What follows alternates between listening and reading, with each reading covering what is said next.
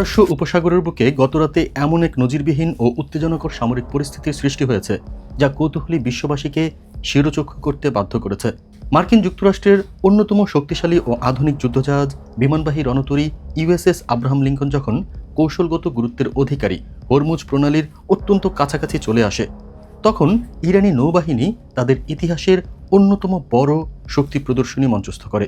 মার্কিন এই নৌবহরটি উপসাগরীয় অঞ্চলে প্রবেশ করতেই ইরানি নৌবাহিনীর প্রায় ৩০০টি দ্রুতগতির মিসাইল বোট সাগরের বুকে নেমে পড়ে এবং তারা তাদের এই বিশাল যুদ্ধজাহাজকে চার দিক থেকে ঘিরে ধরে এক আতঙ্কের পরিবেশ তৈরি করে। ইরানি নৌবাহিনীর এই আকস্মিক এবং বলিষ্ঠ পদক্ষেপের কাছে মার্কিন রণতরী আব্রাহাম লিঙ্কন এবং তার সঙ্গী স্ট্রাইক গ্রুপ কার্যত বিপদের মুখে পড়ে যায়। পেন্টাগনের পূর্ব পরিকল্পনা অনুযায়ী ওই অঞ্চলে মার্কিন উপস্থিতি বাড়ানোর কথা থাকলেও ইরানের এই হঠাৎ পাল্টা পদক্ষেপ ওয়াশিংটনের সব হিসাব নিকাশ এবং কৌশল একেবারে পাল্টে দিয়েছে। বিস্তারিত থাকছে প্রতিবেদনে। সরাসরি যুদ্ধের প্রস্তুতি হিসেবে ইরানি নৌবাহিনী তাদের সব ধরনের ক্ষেপণাস্ত্র সজ্জিত করে সাগরে নামিয়েছে। নৌবাহিনীর এই পুরো কার্যক্রমটি ছিল অত্যন্ত সুপরিকল্পিত এবং আক্রমণাত্মক। যখন মার্কিন বিমানবাহী রণতরী আব্রাহাম লিঙ্কন হরমুজ প্রণালীর সীমানায় প্রবেশ করার চেষ্টা করে, তখন ইরানি বোটগুলো রাডারের চোখ ফাঁকি দিয়ে অত্যন্ত কম দূরত্বের মধ্যে চলে আসে। এই প্রায় ৩০০টি বোটের প্রতিটি ছিল লোডেড মিসাইল বা ধ্বংসাত্মক ক্ষেপণাস্ত্রে সজ্জিত। ইরানের পক্ষ থেকে এই মহড়ার মাধ্যমে স্পষ্ট বার্তা দেওয়া হয়েছে যে এটি কোনো সাধারণ নৌমহড়া নয়, বরং এটি পূর্ণাঙ্গ যুদ্ধের জন্য একটি চূড়ান্ত প্রস্তুতি। ইরানি নৌবাহিনী তাদের সব ধরনের ক্ষেপণাস্ত্র ব্যবস্থা নিরাপদ গুদাম থেকে বের করে উপকূলীয় লঞ্চ প্যাডে স্থাপন করেছে এবং সেগুলো নিক্ষেপের জন্য প্রস্তুত রাখা হয়েছে। নির্দেশ পাওয়ার সাথে সাথেই সেগুলো দাগানো হবে। এই পরিস্থিতিতে মার্কিন প্রেসিডেন্ট ডোনাল্ড ট্রাম্প বা তার প্রশাসন যদি কোনো বেপরোয়া বা আগ্রাসী পদক্ষেপ গ্রহণ করে, তবে তাৎক্ষণিকভাবে হরমুজ প্রণালী বন্ধ করে দেওয়ার সিদ্ধান্ত চূড়ান্ত করে রেখেছে তেহরান। এই পুরো অপারেশনটি সম্পন্ন হয়েছে রাতের অন্ধকারে এবং কঠোর মিডিয়া ব্ল্যাকআউটের মধ্য দিয়ে।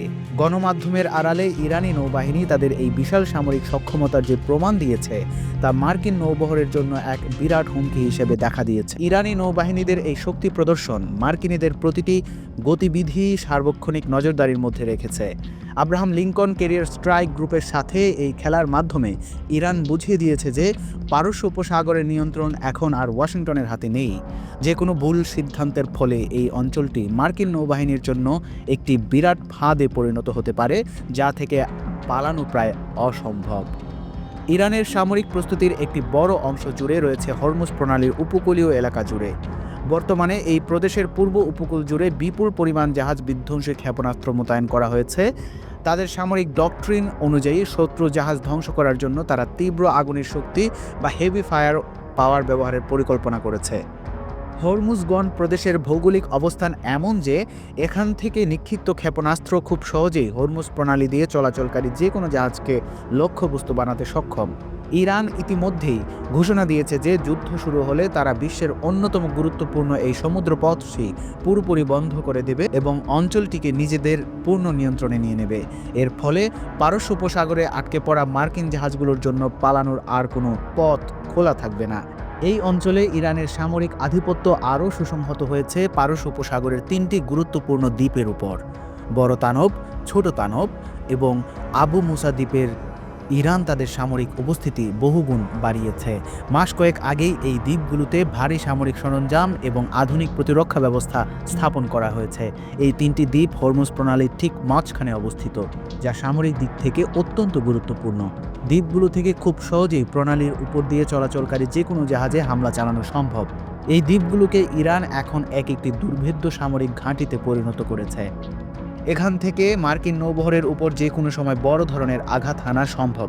শুধু তাই নয়, হরমুজ প্রণালীর পানির নিচে বিপুল সংখ্যক নৌ মাইন বা সামুদ্রিক মাইন বসানোর কাজও সম্পন্ন করেছে তেহরান।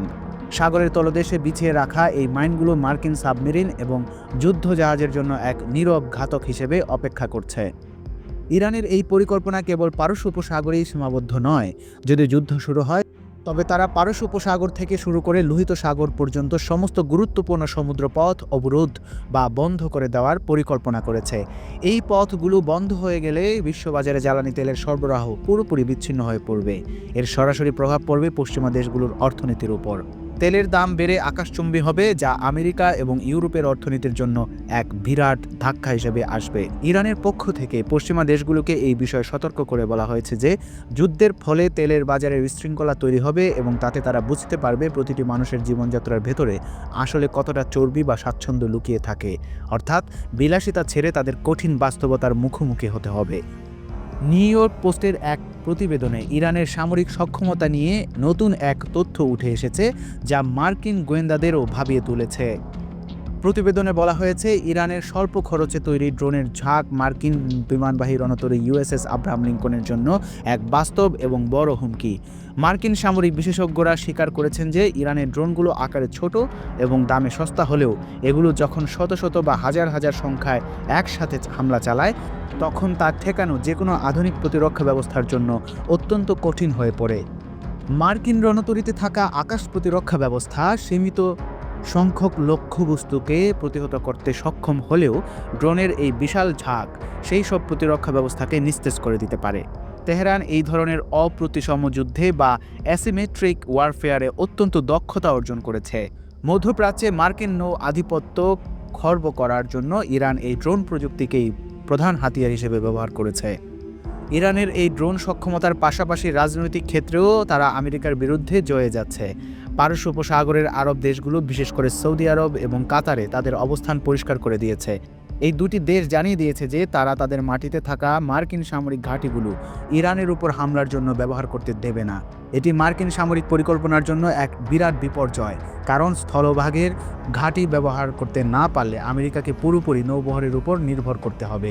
আর সেই নৌবহর এখন ইরানের মিসাইল এবং ড্রোনের মধ্যে অবরুদ্ধ অবস্থায় রয়েছে। ফলে Abraham Lincoln career strike group এখন কোন দিক থেকেই নিরাপদ নয়। মিত্র দেশগুলোর এই অসহযোগিতা আমেরিকাকে এই অঞ্চলে কার্যত একা করে দিয়েছে।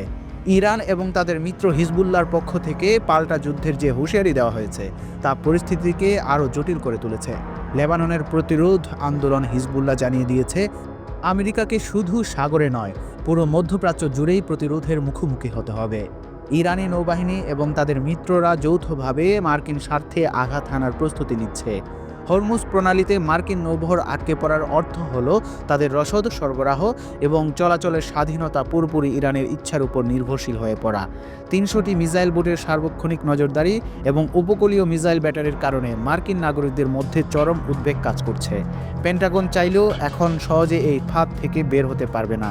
আর ইরানও হুমকির সুরে স্পষ্ট জানিয়ে দিয়েছে যে ওই অঞ্চলে আগ্রাসন চালানোর চেষ্টা করলে পারস্য উপসাগর হবে মার্কিন বাহিনীর চূড়ান্ত কবরস্থান। গোটা বিশ্ব এখন নির্গম রাত কাটাচ্ছে, ভাবছে এই উত্তেজনাপূর্ণ সামরিক অচলাবস্থা কোন দিকে গড়িয়ে যায়।